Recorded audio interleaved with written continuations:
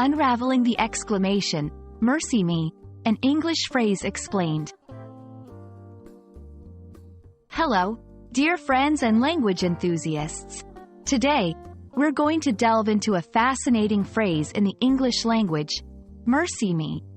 This exclamation might have popped up in your readings or when listening to English speakers.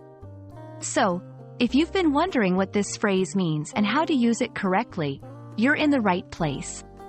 Let's get started on our journey into the depths of English expressions. The phrase, mercy me, is an exclamation that is often used to express surprise, shock, or amazement. Sometimes it's a way to express distress or an appeal for sympathy. But where did it come from? Historically, it's a shortened form of a religious appeal to God, like saying, "May God have mercy on me?" Over time, it has become less about an actual plea for divine mercy and more about a colloquial, almost quaint way to react to unexpected news or situations. Mercy me is quite versatile. Let's look at some scenarios where it might come into play. 1. Surprise. When you hear something astonishing, like, mercy me, I had no idea you were moving to Australia. 2. Admiration. In response to something impressive, mercy me, what a beautiful painting. 3. Concern. If something alarming happens, mercy me, are you all right after that fall?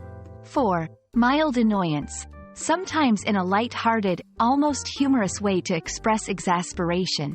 Mercy me, this computer is slow today. It's important to note that mercy me is somewhat dated and regional. In modern conversation, it might be more common in the southern United States or in rural areas. While still understood, younger generations or urban speakers might prefer different exclamations. Here's a tip. While it's a perfectly fine phrase, using mercy me in your daily conversation can make you sound charmingly old-fashioned or like you've been reading a lot of historical novels. To give you an idea of its use in context, mercy me often appears in classic literature and period dramas. Characters might use it in a moment of distress or surprise, reflective of the language of their time. This can be a fun way to add some historical flavor to your speech or writing. I hope this exploration of mercy me has been enlightening and that you feel more confident in understanding and perhaps even using this quaint expression in English. Remember, language is not just about grammar and vocabulary, it's also about culture and history.